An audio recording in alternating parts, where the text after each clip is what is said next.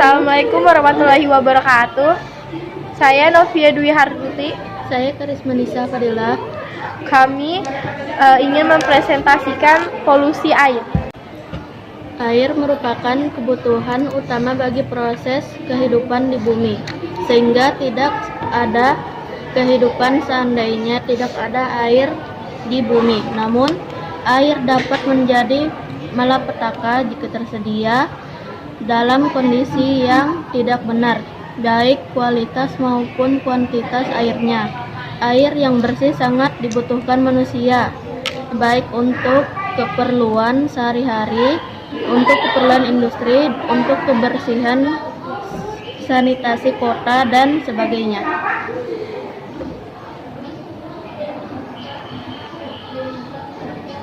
Oke, pengertian air, pengertian pencemaran air adalah menurut PP nomor 20 tahun 1990, pencemaran air adalah masuknya atau dimasukkannya makhluk hidup, zat, energi, dan atau komponen lain ke dalam air oleh kegiatan manusia sehingga kualitas dari air tersebut turun hingga batas tertentu, menyebabkan air tidak berguna bagi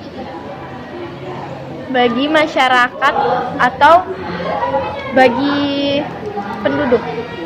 Penyebab pencemaran air. Berdasarkan definisi dari pencemaran air, dapat diketahui bahwa penyebab pencemaran air dapat berupa masuknya makhluk hidup, zat, energi, ataupun komponen lain sehingga kualitas air menurun dan air pun tercemar. Banyak penyebab pencemaran air, tetapi secara umum dapat dikategorikan menjadi dua, yaitu kontaminan langsung dan tidak langsung. Sumber langsung meliputi effluent yang keluar dari industri TPA, sampah rumah tangga, dan sebagainya.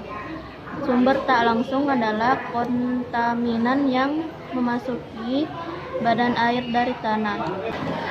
Bahaya dari polusi air adalah bibit-bibit penyakit berbagai zat yang bersifat racun dan bahan radioaktif dapat merugikan manusia. Berbagai polutan memerlukan O2 untuk penggunaan. Jika O2 kurang, penguraian tidak sempurna dan menyebabkan air berubah warnanya dan berbau busuk. Bahan atau logam yang berbahaya seperti arsenet, uranium, krom, timah, air raksa, berzan, terklorida, karbon, dan lain-lainnya dapat merusak organ tubuh manusia. Atau dapat menyebabkan kanker. Sejumlah besar limbah dari sungai akan masuk ke laut.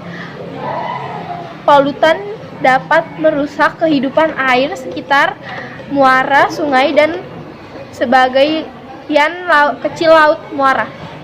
Bahan-bahan yang berbahaya termasuk ke dalam laut atau samudra mempunyai akibat jangka panjang yang belum diketahui. Banyak jenis karang-karangan yang mungkin mengandung zat-zat berbahaya untuk dimakan tumbuhan laut atau makhluk hidup di laut.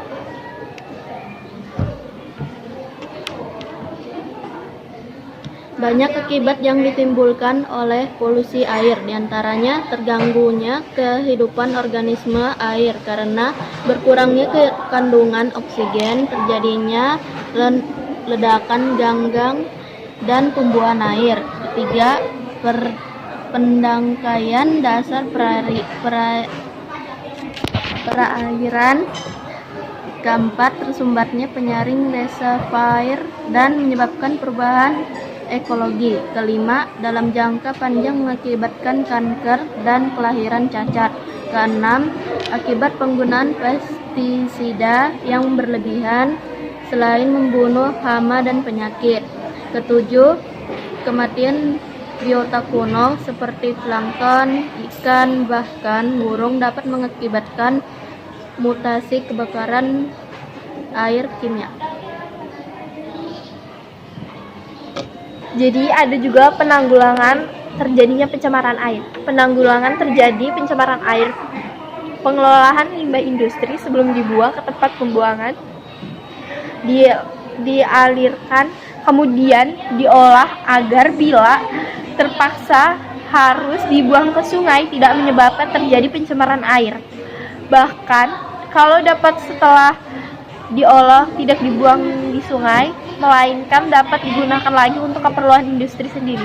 Sampah padat dari rumah tangga berupa plastik atau serat sintesis yang tidak dapat diuraikan oleh mikroorganisme dipisahkan kemudian diolah menjadi bahan lain yang berguna. Misalnya dapat diolah menjadi keset, sampah organik, dan dapat diuraikan oleh mikroorganisme dikubur dalam lubang tanah, kemudian kalau sudah membusuk dapat digunakan sebagai pupuk.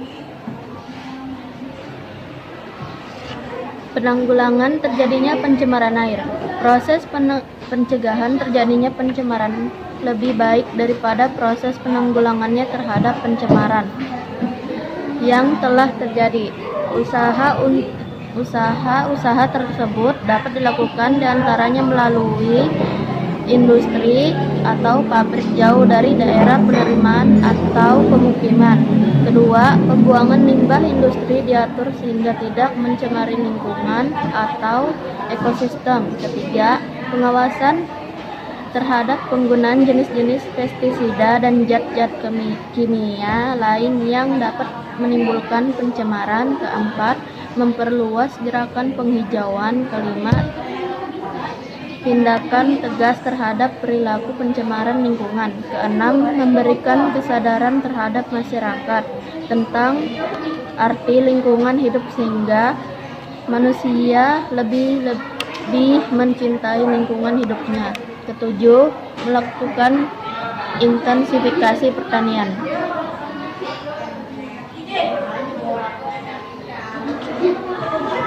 Demikian presentasi dari kita, semoga bermanfaat. Terima kasih.